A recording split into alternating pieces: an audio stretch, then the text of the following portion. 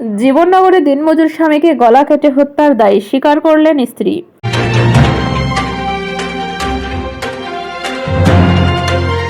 আসসালামু আলাইকুম দর্শক, সকলকে আমন্ত্রণ জানাচ্ছি বিবিআর নিউজ সংবাদে। চুয়াডাঙ্গা থেকে সহকর্মী এমআই আতিয়ার রহমানের পাঠানো তথ্যচিত্রে দেখুন বিস্তারিত।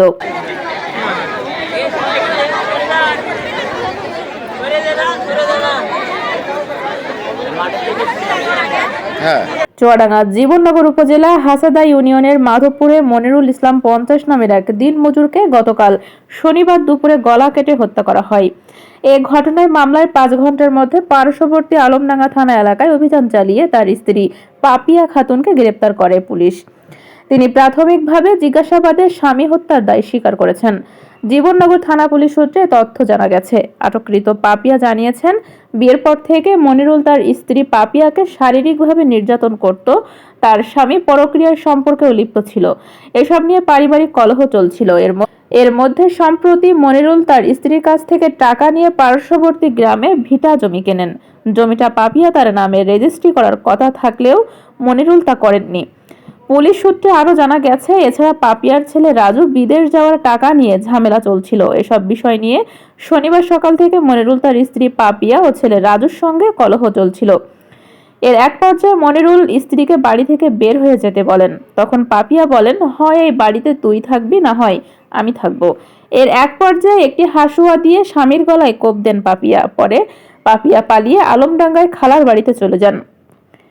তিনি ভারতে পালিয়ে যাওয়ারও চেষ্টা করছিলেন।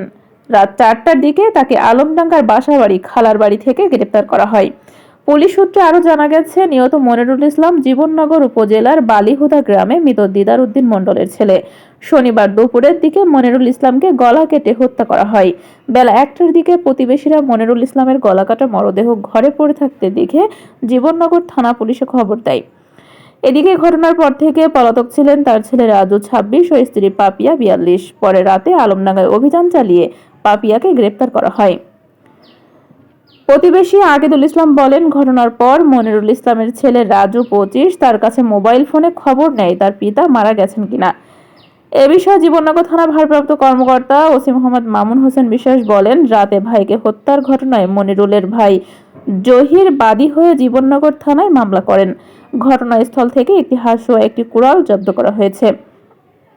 এরপর অভিযান চালিয়ে মনিরুলের স্ত্রী পাপিয়াকে আলমডাঙ্গা থানার বাসাবাড়ি এলাকায় তার খালার বাড়ি থেকে গ্রেপ্তার করেন। পাপিয়া স্বামীকে হত্যার দায় স্বীকার করেছেন।